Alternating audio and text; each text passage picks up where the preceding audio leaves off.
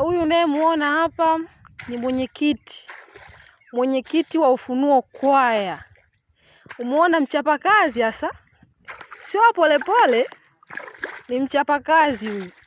Anaendelea kufanya kazi na amefanya sehemu kubwa sana.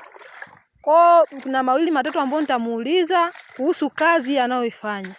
Ina umuhimu gani? Pia inamsaidiaje hii kazi anayoifanya? Hebu tumuulize kwanza kabla ya mengine.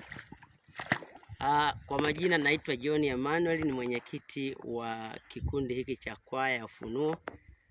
Nina furaha sana kama unavyoona shamba hili. Shamba hili ni kwa ajili ya kwaya na maendeleo yake, lakini kwa ajili ya kumtukuza Mungu. Tunagundua kwamba pasipo kulima hakuna vitu ambavyo vitaendelea. Ila kwa sababu hata Mungu alimpa Adam ardhi ailime na kuitunza. Kwa kilimo ni mojawapo ya kazi ambayo Mungu atatukuzwa katika kwaya yetu. Tunalima mpunga.